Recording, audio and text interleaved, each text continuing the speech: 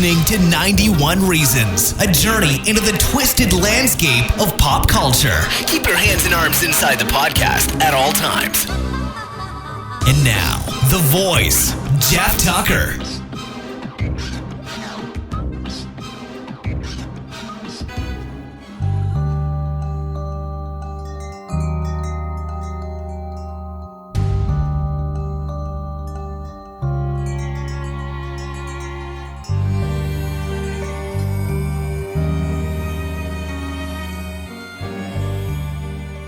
It's funny, if I know I'm going to record an episode the next day, the night before as I'm trying to sleep, I go over in my head phrases, things I'm going to save for later, I'm going to file them away. And a lot of times when I plug in the mic and I get everything set up, I have no memory of those. There are people I know that keep a dream diary next to the bed so they can keep track of things that, because when you're in that the area between consciousness and sleep and you're almost there, you forget those things. It's this weird in-between area. It's a nice place to visit, the in-between area, where you can have these amazing thoughts and then like that they vanish. It's interesting. And it could be that I'm getting too darn old, because a lot of times I'll come up with full movie plots and ideas for novels during that time, and I don't write them down, and they just sort of fade away, gossamer threads that just sort of wisp away. But hey, it's me. I'm back. I took a week off because this is Scary Farm season, and I'm mobbed, and I'm doing the lesser work than some of the people at Knott's. There are people at Knott's who are there 24 hours a day right now working, and I have the most respect for those guys. God bless them, man. That's tough work. And we all do our parts, and some are more complicated than others. And if you're going to Scary Farm, just take a moment and all the work that went into this event. It's truly amazing. But I'm gearing up. I have some secret things I'm working on, which is really cool. And I probably should have taken this week off because I'm just as busy as I was last week. But hey, 91 Reasons, man. You have to have a show. I do this podcast because I need to do it, because I want to do it, not because I have to do it. If it turns into a have to do it, then where's the fun in that? But I like turning the mic on and talking to you and knowing that you're listening, and the feedback I get is great. So, first off, before we start what we're going to rant about this week, big thank you to everybody who helped me celebrate my birthday. The dinner, the restaurant was amazing, even if the restaurant itself wasn't that amazing. I never been to a restaurant where the server comes up to me and goes, yeah, we're trying to get everybody to pay their bill because this server's been here since noon and he wants to go home. And I'm like, what does that have to do with me? What if I still want to order stuff? My tab is closed now because that guy's been here since noon? That has nothing to do with the customer. But they pulled that story quite a bit. Like, this guy wants to go home. Can you just pay your bill? Well, okay. Hey, happy birthday to me, huh? Pay up, sucker. So, yeah, that was a little weird. But, that's petty, because the amazing friends that showed up and the people that were there, the conversation, the gifts were amazing. I've Starbucks cards and restaurant cards and memory stuff from Felipe. And I got a ghost trap from Nathan from Ghostbusters. I've wanted one of those since I was 12. So I've got a ghost trap that lights up and does everything that the movie does. It's amazing. And it's right next to my proton pack that I got last year for my birthday. So we're sensing a theme here. Ever since the Spirit Store decided to make affordable prop replicas, now you can have them and you can collect them. And I'd wanted a proton pack forever, but a proton pack will set you back $2,000 easy. And the ghost trap will set you back $800-900 if it's accurate. But these are affordable, and they look amazing, and they're fun. And since I'm not gonna walk around the con with it, it looks great on the wall, and the trap is right next to it. So it's very cool stuff, But the party was amazing, and everybody who helped me celebrate my birthday, thank you. I'm old. I'm officially old now. I guess I can say that. How do you know you're old? I tried to figure that on the last new episode I did, the 47 Candles episode. Like, what's the barometer? And I think I finally figured it out because it's something they don't tell you. And it's that all of the pop culture touchstones that you define your life by eventually go away. The movies stay. But actors that you admire eventually grow old and retire and don't make any more movies. And that's alien to me because you think like, well, so-and-so is going to make movies forever. Well, no, they're not. You know, Rick Moranis retired. Michael J. Fox got Parkinson's. All your heroes eventually, I mean, John Candy died. John Hughes died. What's the line in,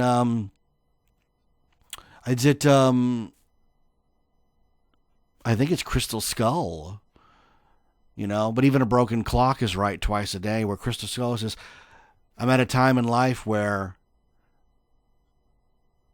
life has stopped giving me things and starts taking them away. It's either Crystal Skull or Captain Picard, and maybe because I'm old, I don't remember which. You know, I'm at a point in life where life starts taking things away and has stopped giving them. And that's really profound, you know. They killed Wolverine in a movie. I mean, that's how old we are. We watched a character born on the screen eventually die on the screen. And not like James Bond, where they just get a new one. Not like Batman, where they just get a new one. They killed Wolverine. They killed him. That's crazy, man. In Dark Knight Rises, they retired Batman. Of course, we knew they were going to start over with whatever nonsense. But that would have been, never been done back in the day. Franchises must live forever. We can't end the franchise. If you end the franchise, we all stop getting paid. So they have to go on forever. But hey, enough with the birthday nonsense. Again, thank you to everybody. See you at Scary Farm this season. I'll have more to talk about. Scary. It's going to open this Thursday, so we'll have stories to tell, hopefully, of amazing adventures in the fog, right? I saw that Horror Nights opened. I didn't get out there, but we had friends go, and the line for a maze was nearly 3 hours. Holy moly. If Winona Ryder herself was in the Stranger Things maze, I don't know if I'd wait the 3 hours. That's a long time to wait for a maze adventure, an attraction.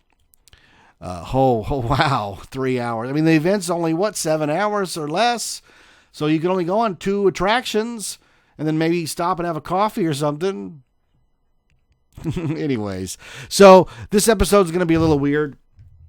I made a list of some things, and these are things that I'm not disparaging them.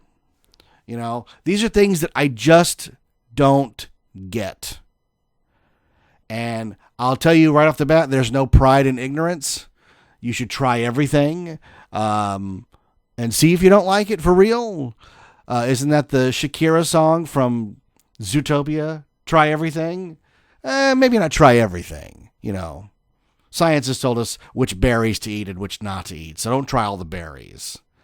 But these are pop culture things that, for whatever reason, I don't understand. I don't get it. So let's roll them out, shall we?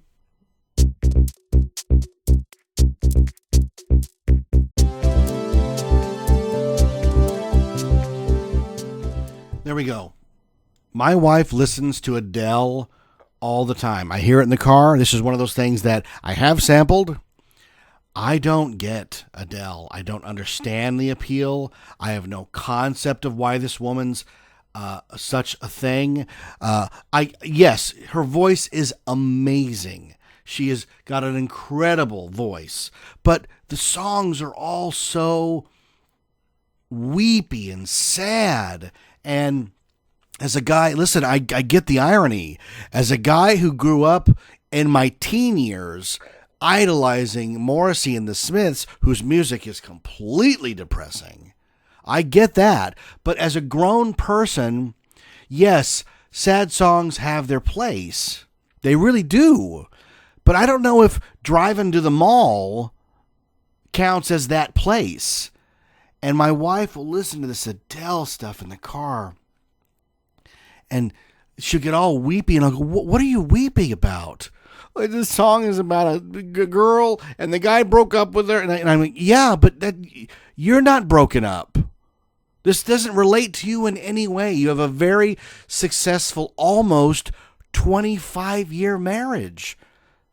But I think, this is just me talking, I have no insight into Rachel's psyche in this part, or any woman for that matter. I would never be so bold as to say that. But I think a lot of adult women, from looking outside in, love to go back to high school and teen years and broken hearts and bad relationships and the music that gets you through it. And I guess as a guy, I just don't get that. Adele's songs are so goopy and gloppy. They're like spilling the syrup on the IHOP table. It's like, oh, this gloppy mess is now everywhere. I don't know what to do with it. How do you wipe this up? And she's got that song called Hello. And I'm like, listen to the lyrics. If a woman called me that many times, I would call the cops. And by the same token, the Lionel Richie song Hello, he is stalking that woman. He is one step from cutting her up and putting her in a refrigerator. Like, these are stalking songs. And the Adele version is like, I called you 1,000. Like, okay, great. Stop calling. Look, I didn't answer the first 999 times. So the 1,000th time, I'm not going to answer still. Stop calling me. A woman that desperate, you need to run from. It's the same. We were listening the other day to the radio in the car, and it was Total Eclipse of the Heart, which is a great song. I enjoy listening to it, but I turned to Austin and I said, if a woman ever tells you forever's gonna start tonight, get the hell out of there. That is not rational thought. And Adele is like the hyper version of this. She's the hyper version where, if he doesn't call in 10 minutes, she's gonna kill herself. And it's amazing that Adele has such success. I mean, she has so much success. She could stop working and never work again and spend like there's no tomorrow for the rest of her days. I mean, that's big success. I get it. And she's very humble. I've seen her on award shows, and she kind of has this, I can't believe this is happening to me vibe, which Taylor Swift did, but Taylor Swift's was all such a lie. Taylor Swift's, oh gosh, oh me, so fake. But Adele's like, oh gosh, oh me. That seems real to me. But I guess, what does Bart say in the Homerpalooza episode of The Simpsons? No one ever, making teenagers depressed is like fish in a barrel. With Sonic Youth. But she puts that Adele stuff on and I tune out. Like, oh God, it's not me. It's like it's 1987 and the radio is stuck on K-Big and I can't turn the channel. And it's that guy going, I'm going to not lift you up, but if I could fly, I'd lift you up. Like, I can't take this music. It's not for me.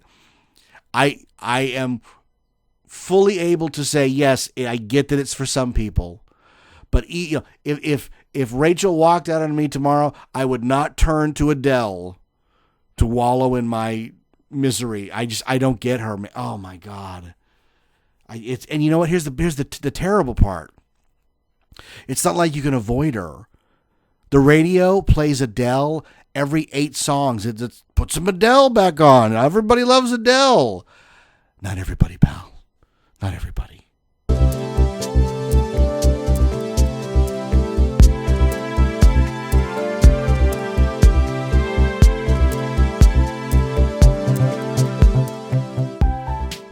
Okay, so I grew up in the 80s. I was younger in the 70s, obviously. And the shows that were popular in the 70s and early 80s went into syndication when I was a preteen and when I was a teenager too. And I've been very honest on this show. I did not date at all in high school. I could not get a date to save my life. I was kryptonite to women. They didn't want to come near me.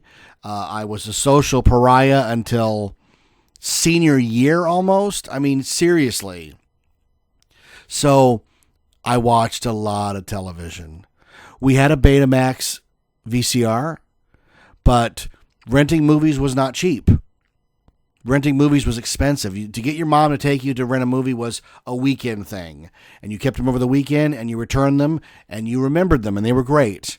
But a lot of times I would just have stacks of blank beta tapes and I would make these 6-hour-long compilation tapes so that I could put them on and then build a model kit or something while they were on. And my go-to stuff was sitcoms. I loved sitcoms when I was younger. I loved Three's Company, Silver Spoons, Different Strokes, Facts of Life, Family Ties, She's the Sheriff, Jennifer Slept Here, Alf. The list goes on and on and on. The Jeffersons, All in the Family, The Brady Bunch, you name it. I watched all these shows to where I knew some of the episodes by heart. You know, Jack Tripper was a good friend of mine growing up. I loved John Ritter. He was the funniest guy on TV, man. I went to a taping once of Mama's Family. I went to a taping of Family Ties. So I really liked the sitcom. Like I always thought I was going to be on a sitcom. Like that was my goal when I was younger. I'm like, I'm going to get on a sitcom. I'm going to be the smart alecky brother, and I'm going to live my life out in 3 cameras. And it never happened. But that's okay. We all have our journeys. But as I got older and I got a job and I was able to buy movies and rent movies when I wanted, I really sort of turned off of television. From, I would say, 1989 to at least 99, I didn't watch a lot of television. 90s television, I blanked out on. When I started dating Rachel, she liked Melrose Place, so I watched Melrose Place. I know every episode of Melrose Place. But other shows, I didn't really watch a lot of television. You know, the reality show thing started in 2000 with Survivor and sort of blossomed into that. And Rachel watches a lot of those. And because I'm married to her, like I watch a lot of stuff. It's like, you know, Jules Winfield is a vegetarian because his girlfriend's a vegetarian. I watch a lot of TV now because Rachel watches a lot of TV. I'm not really into TV.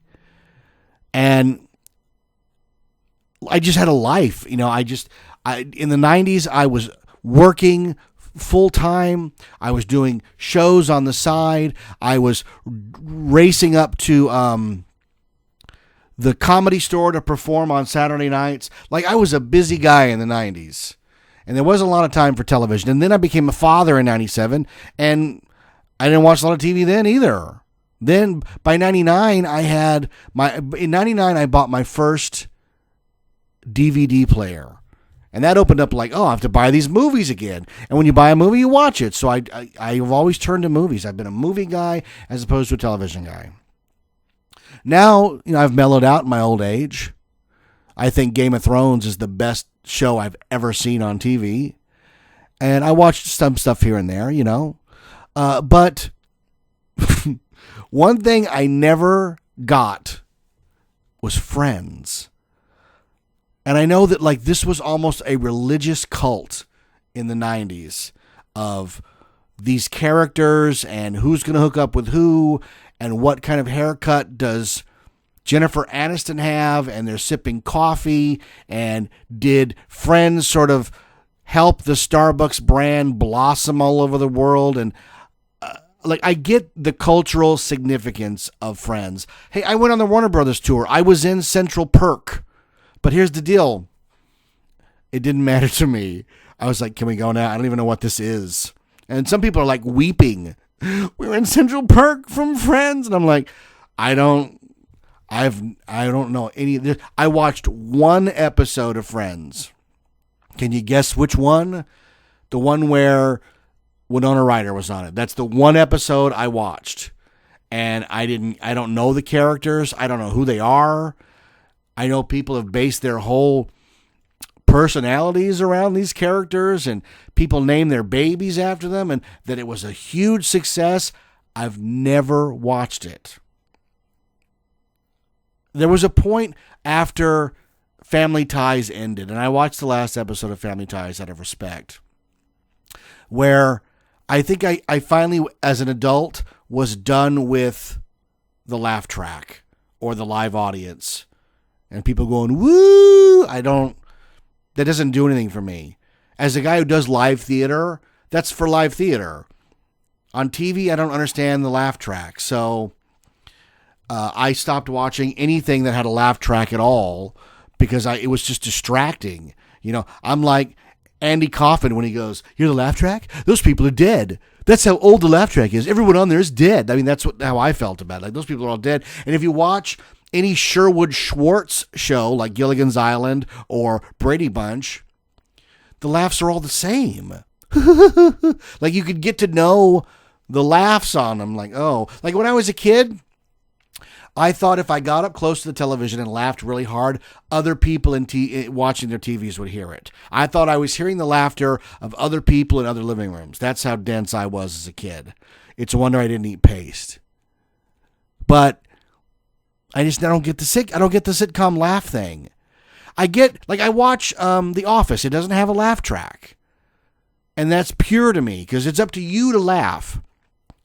And part of it, and this is just me because I'm weird, and you know that if you listen to this show, is that as a writer, and a writer of comedy, you want every joke to hit its mark. But they don't. The audience picks and chooses what it thinks is funny and, based on how funny it is. But on a sitcom, a character raises an eyebrow and people are practically guffawing out of their seats. Like, did you ever see that thing that guy did where he took Big Bang Theory and stripped all the laugh track out of it? And it's just people saying semi-clever things and then staring at each other? Like, that's Bizarro World. That's what that is. Bizarro World. And I don't have any concept of it. And it's weird because everybody's like, "Oh, you like Comic-Con, you must watch Big Bang Theory." No, I don't watch Big Bang Theory. I don't. That's like, it's like the Happy Meal of pop culture. I dine on Game of Thrones, which is a steak dinner. And Big Bang Theory is like a Happy Meal for kids. That's not for me. I'm not going to eat that. I don't want to be seen eating it. I don't understand Bazinga. And I don't understand Friends. I mean, I know, even Rachel, I think, watched Friends before we got together, but I don't know what it is. I know that, like, Matthew Perry was a drunk, and that Jennifer Aniston got a lot of haircuts, and Lisa Kudrow sang about a cat. You dive in the pool of pop culture, you get to know this stuff, but I don't have any touchstone for it. I don't know what it is. But by that same token, I'm not picking on Friends because I never watched Seinfeld either. Never watched Seinfeld. I had friends who swore and, again, worshipped at the altar of Jerry Seinfeld. I saw him do stand-up before the show started, and he's a very funny guy. But I was at a point where I'm like, I'm not going to sit and watch a sitcom. I'd rather go see a live play. If Seinfeld and Friends were live plays with a live audience that I got to watch, I'd go see that. Be a part of something. But just passively watching it and hearing fake laughter, I don't have any concept of that. So I did what everybody did when they didn't like it. I didn't go on social media and bitch about it. I changed the channel.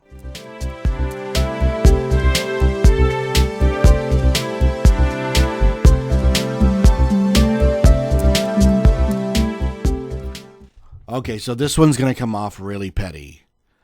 I don't like avocados. I don't understand the avocado thing going around, that it's the new hip thing to eat. I've grown up with avocados. There was an avocado tree on our block, so there was always plenty of avocados in my house. My mother liked avocado. She'd slice it up. It always looked to me like the most disgusting, creamy green glop I've ever seen in my life. I don't want no guacamole. If guacamole comes with it, I want to... Can you leave off the guacamole and do double sour cream? Yes, we can. Thank you. I don't even want to look at it. And there's this new hipster thing of avocado on toast. Are you kidding me? That sounds so disgusting to me. And I've tasted it. I know what it tastes like. It ain't for me. It's disgusting. It's gross. I'm not going to change. I don't get why they're so expensive. You go in the store and it's like, pick up an avocado for me. They're like $8. They're like $8 for an avocado. I'm not paying that. And the middle part is completely unusable. It's a big mork from mork egg in the middle of it. And people eat their avocados. You know, there's people who have avocado trees and they bring them into work and they're bringing in today's kill. Like, hey, I've got the avocados here. And they slam them down on the counter like, everyone gets free avocados. And they're doing it like, we're feeding the entire village today. Like, okay, what else you got? I don't want no friggin' avocados. It's disgusting. No, these are good avocados. I don't care what. I don't want any avocados. Stop the avocado. It's disgusting. It looks like a hand grenade that you slice up. And then inside it looks like green ice cream, but not good. but the bag sits on the counter at work, and everybody comes running up to grab the free avocados. It looks like the Peanuts gang when they fix the Christmas tree. All the hands are going, and all the avocados are gone. Well, sorry, Jeff, you missed out on the avocados. I missed out on nothing. I want nothing to do with these avocados. It's disgusting. Get them out of here. Would you like some avocado, sir? No, thank you. Like, you go to a restaurant, chips and salsa is like $3 at a restaurant.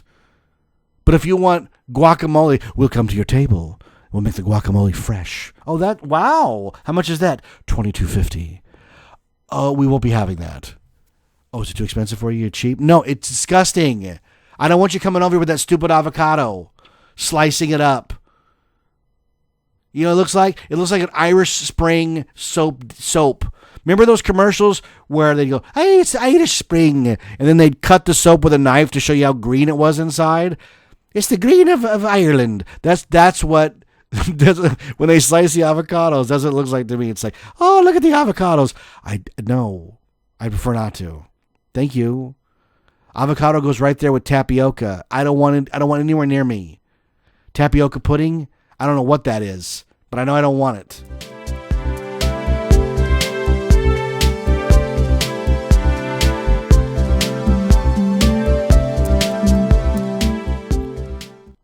Okay, here we go. This is another one. Adam Sandler's a big movie star, or he was. He was once probably the biggest comedic movie star on the planet for a while. He had a string of huge hits. Billy Madison, Happy Gilmore, The Waterboy, The Wedding Singer. And I'll tell you, I've watched a bunch of them, almost all of them, and I could never pinpoint why this guy is famous. Why is he funny? And, you know, it's one of those things where, like anything on this list, it's just not for me. It's not tailored to me. It's not for me. It's for somebody else. And I respect that it's for somebody else, but it ain't for me. These Adam Sandler movies, I don't know why anybody finds them appealing, because in the movies, he has two emotions. He's either baby talking, oh, I'm Adam Sandler and I'm talking like this, or he's in a fit of white hot rage and he's hurting somebody. Like he's going to beat them up. And like, I wouldn't want to be around a person like that. And, you know, by proxy, I don't watch movies about people like that. I don't get any joy out of that. You know, here's a cold glass of water. I don't know. I remember going to the movies, you know, because I go to the movies a lot. And the trailer for Waterboy showed up. And he's doing that voice. time for some water. And I was like, this is a joke, right? This is like a parody trailer. And the Energizer Bunny is going to go, still going, bang. And it didn't. And the Waterboy came out and made a lot of money. I have no concept of this. Happy Gilmore. Like, I like Caddyshack. That's my golf movie. You know, Tin Cup's terrible. Happy Gilmore. They just beat people up in it. You're either working towards his goal in the film, or he is hurting you like dropping an anvil on the coyote. Like, it's really violent, you know? And again, there have been Adam Sandler movies I've had to go see. I had to go see Mr. Deeds because Winona Ryder is the love interest in it. And I was shocked at, like, this is the kind of movie people like? People like this stuff? I'll give you an example. I'm not just bitching to bitch. Winona Ryder plays a reporter who's out to expose Mr. Deeds because he's just inherited like $20 billion. He's now the richest man on the planet, and they want to get some dirt on him or something. And so along the course of her investigating him, she falls in love with him somehow because he's so amazing when he's convincing somebody to beat on his dead toe with a crowbar. I don't know. That's really in the movie, right? There's also weird product placements, like they land a helicopter to go to Wendy's, and Wendy's was like a sponsor of the movie. There's another one with Subway. There's a drinking fountain that only dispenses Hawaiian Punch. Like these weird, bizarro product placements for no reason other than to have a product placement, you know? But at the end of the film of Mr. Deeds, Winona Ryder's character falls in the ice on a lake, and she is either going to die of hypothermia or drown. And he's going to help her out and rescue her, but only if she admits these wrongdoings. And I remember watching it going, what are we supposed to take away from this?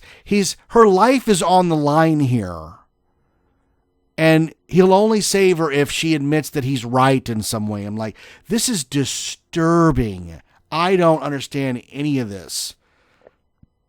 I also get that maybe as an actress, she didn't have a choice because Mr. Deeds was her comeback role after being caught shoplifting. So she had to build her career all the way back up from scratch.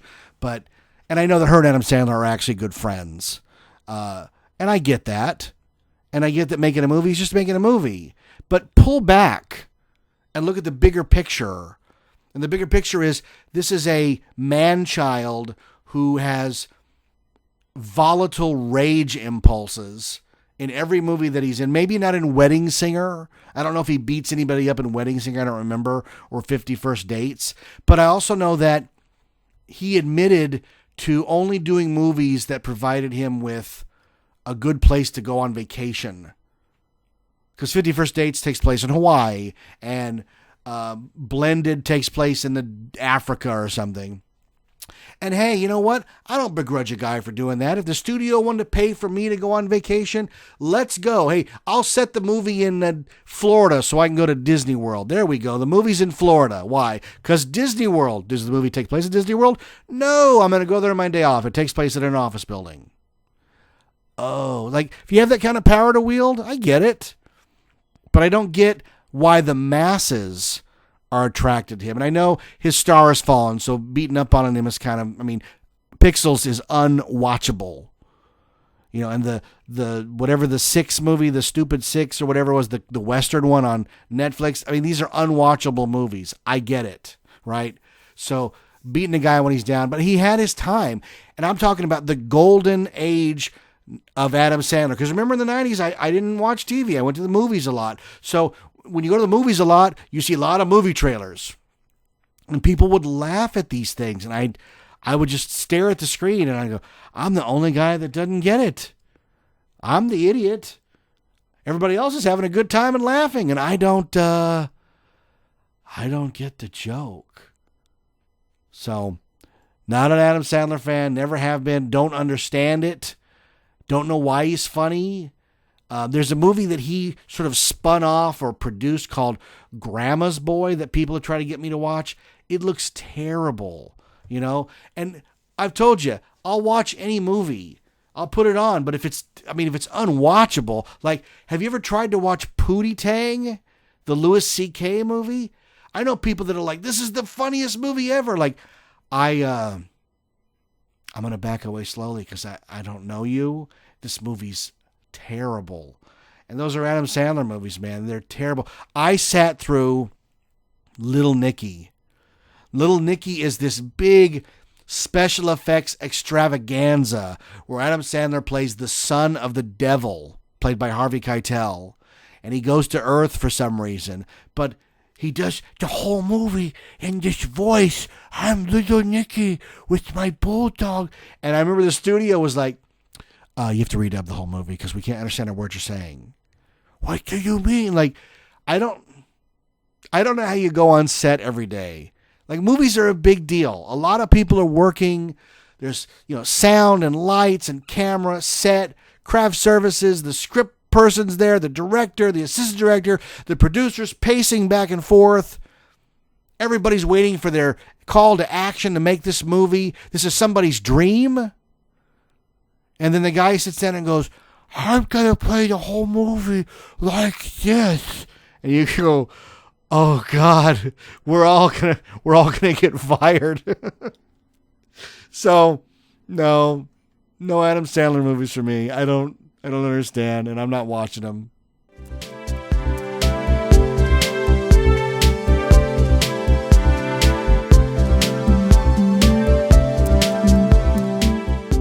All right, we'll finish off with an easy one.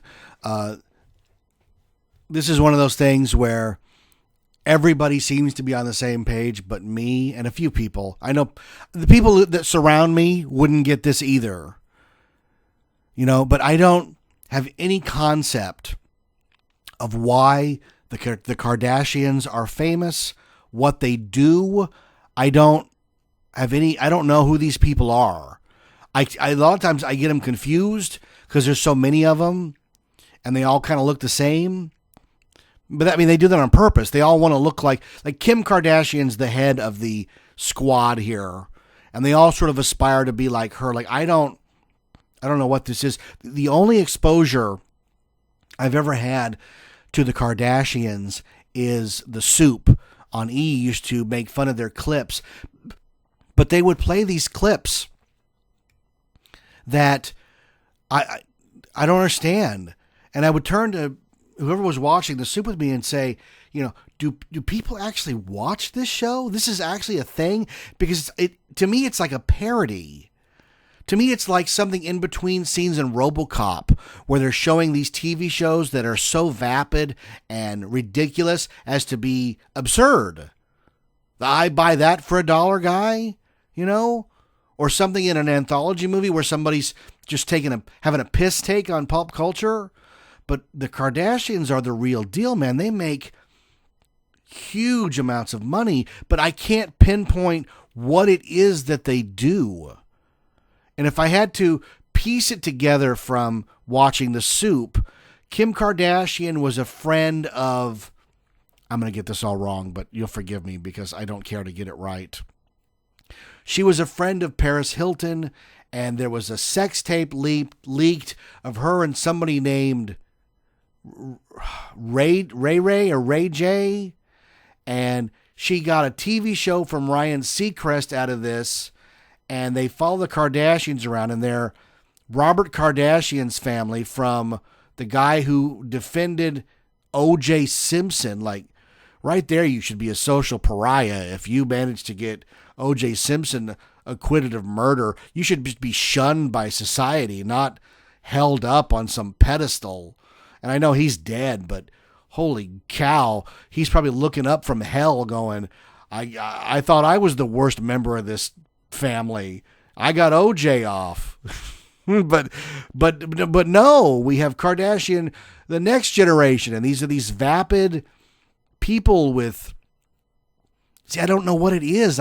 Do they get Botox and butt implants and then talk about it on their show and go on vacations that nobody normal can afford? I don't understand. Like, Lifestyles of the Rich and Famous with Robin Leach.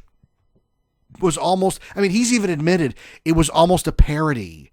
Like, they didn't take themselves too seriously.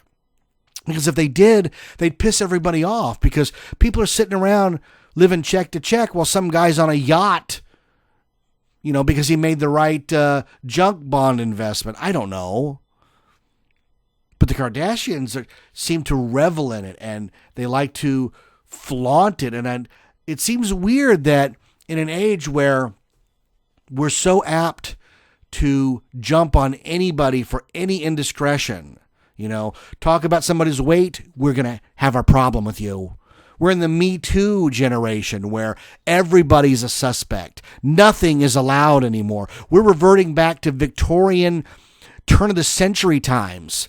Go watch Age of Innocence and tell me if that looks like fun, trying to date somebody in the Age of Innocence where you can't talk to anybody, where the term white meat was invented because nobody wanted to say, I'll take the breast at the table. I am not kidding, folks. And yet the Kardashians are this disgusting charlatans. Like, they're just gross to me. I don't know who they are, but I mean, you can't watch any TV show without it. They're everywhere. We were at Vegas years ago, and there was the opening of a Kardashian store. And there was a line to get in. I'm like, to buy what? What would you want to buy from them? What's there to collect? I don't know. And the mom, Caitlyn Jenner Kardashian, or whatever her name is, have you ever seen her music video where she's singing I Love LA and flaunting her money to all her friends? It's disgusting. And that was like 88 or something.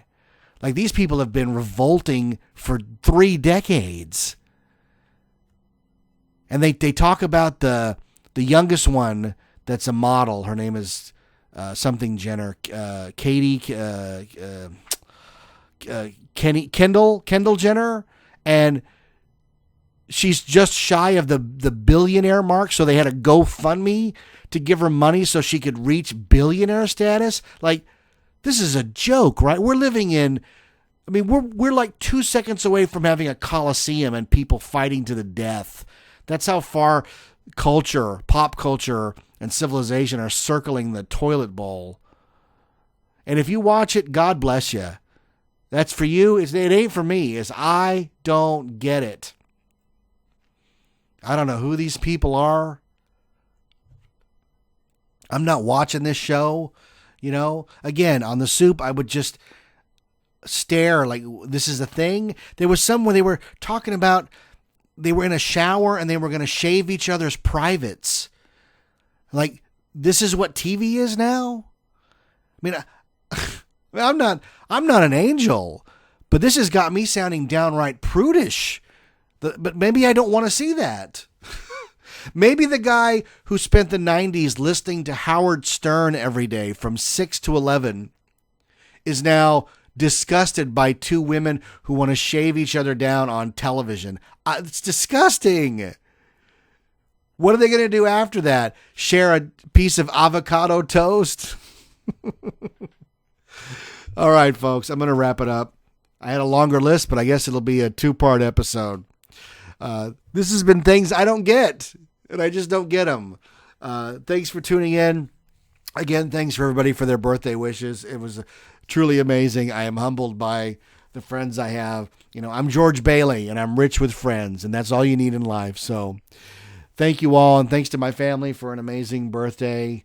I think I'm going to go back to bed. I am exhausted from talking about things that I don't get. But I'm Jeff Tucker, and the show is, if you get it, the show is 91 Reasons. Thanks for listening to 91 Reasons. Please subscribe and leave a review on iTunes. Find us on Facebook. Is anyone even still listening? Good night, future boy.